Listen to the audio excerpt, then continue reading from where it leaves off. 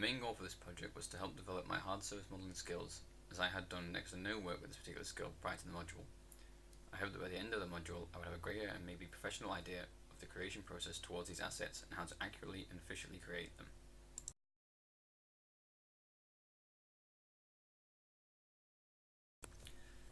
Originally, I also wanted to use this project as a way for me to get used to how I may work within industry, as I aim to work towards recreating an already existing 2D concept of a Knights Templar into 3D.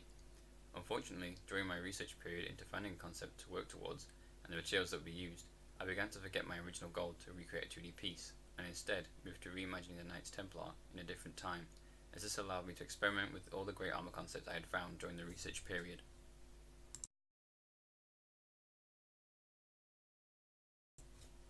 When beginning the armor creation period, I thought it best to try and create pieces using different creation processes as to help me find the most time efficient way for myself to create these assets in the future, as well as the process that yielded the cleanest results.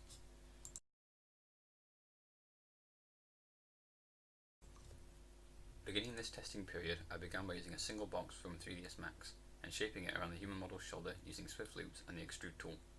I found this method to not be greatly effective in terms of efficiency and accuracy I was looking to find. Polys would be intersecting each other and the process of creation would have to be halted as I edited the topology of the assets.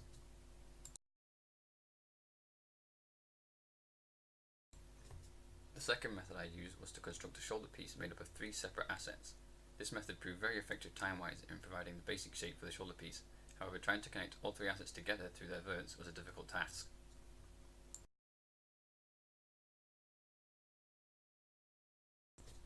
One method I looked into was the use of the clip curve brush within ZBrush. This brush allowed me to cut clean edges into a selected object from the angle of my view in the software. To begin with, I found the brush temperamental when it would dig out large sections of my mesh instead of the area I intended to cut. After a few failed attempts at using the brush, I found that the brush had to be dragged clockwise across the object in order for it to cleanly cut the edges. Going anti-clockwise around the object gave undesired results. This tool gave great hard surface appearances and even allowed me to create grooves within assets. Another interesting technique I discovered in ZBrush is the use of the slice curve tool found in the same location as clip curve. This tool allows me to quickly separate sections of geometry into groups, meaning one subtool could now easily be made into 2. I intended to use this tool to turn a full body shell into both front and back armor plating in a similar way as shown here, as it would significantly decrease the length of time it would take compared to the techniques I used prior, and therefore be more time efficient in industry or working freelance. However, due to the redesigns, I never used this technique for the final piece. In the end, I ended up using a mixture of the techniques to finalize my designs, using 3ds Max to create the base form for the armor pieces and the clip curve tool to redefine the shapes or add small grooves to the pieces. Following the techniques discovered during the testing phase of the project, I began to develop armor pieces using both the new techniques and the old ways I'm familiar with for creating assets.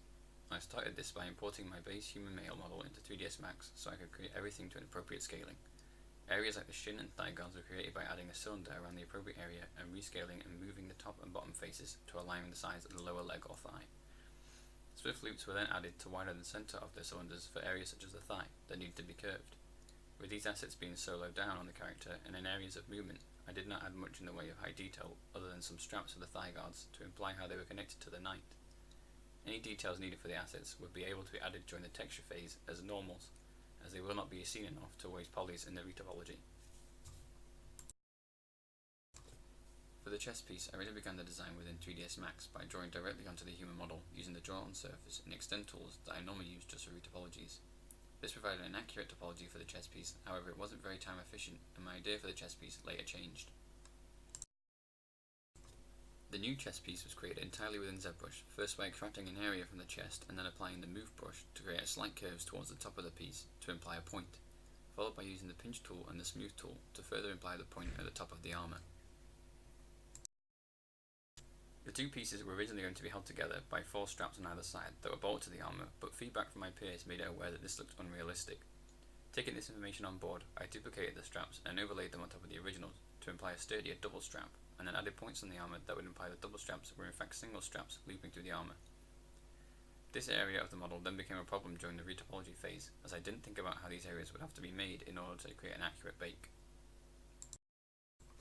The main goal for the creation of the helmet was to immediately tell the viewer who the character was and the order they belonged to, in this case, the Knights Templar.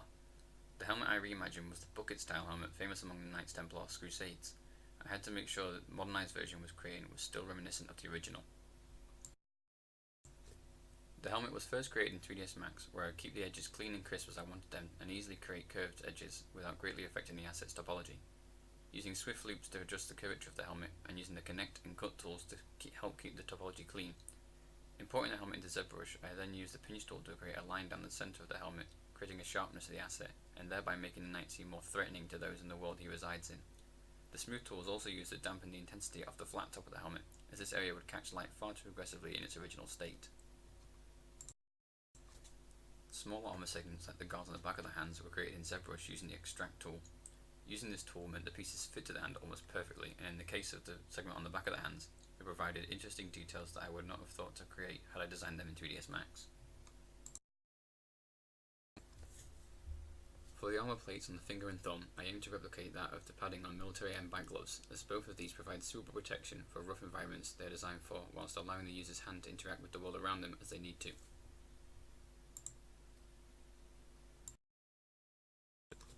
For the trousers and coat of the knight, I did consider using Mark's Designer, as this would create accurate creases and folds. However, I am not experienced in this software and often find that I never get the results I am looking for, whereas I am able to create realistic folds and creases in ZBrush using reference I collect from materials similar to the ones I intend to use for those objects. To add areas of interest to the character, I added asymmetry into design, but so that these pieces also had a function on the character. The knight's belt, for example, was made with respect to where the knight's sword would hang around his waist, with large padding on one side and the straps on the other to keep the belt in place. Also added to the knight's design was the addition of a Templar cross. This was created in 3ds Max first, and imported into ZBrush Scene as a separate subtool to be positioned into areas of interest. This was done not only to add further interest to the large spaces they were applied to, but to also help identify the character's faith. The sword and holster were also created within 3ds Max, first by creating the sword made up of 3 separate objects, the blade, crossguard, and a hilt and pommel. With the full sword made, I then duplicated the blade and increased its size to fit around the blade to act as the holster, and then edited the top to fit against the crossguard. Feedback on this area made it apparent that the hilt of the sword was far too small, and so this area was rescaled within ZBrush.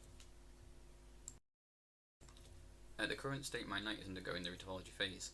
Initially, I thought this stage would take no more than a total 24 hours work max. However, due to certain areas of the build, this phase is currently still ongoing. These areas include the straps that hold the armour in place, as the retopology was more intricate than originally anticipated. Once the main topology is complete, I will need to adjust the mesh to accommodate the asymmetry, and then add both the retopologized shoulder plates, sword, and sword holster. For the shoulder plates, I should be able to use the Z-Remesher tool within ZBrush to create a low poly version of the shoulder pieces, as these pieces will have a weight of 1 applied to the bone they are adjacent to during the weighting process.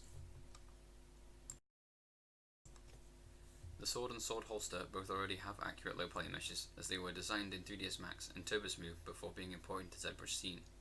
The holster will, however, need a light adjustment, as it was moved slightly to compensate for the increase in the holster's size.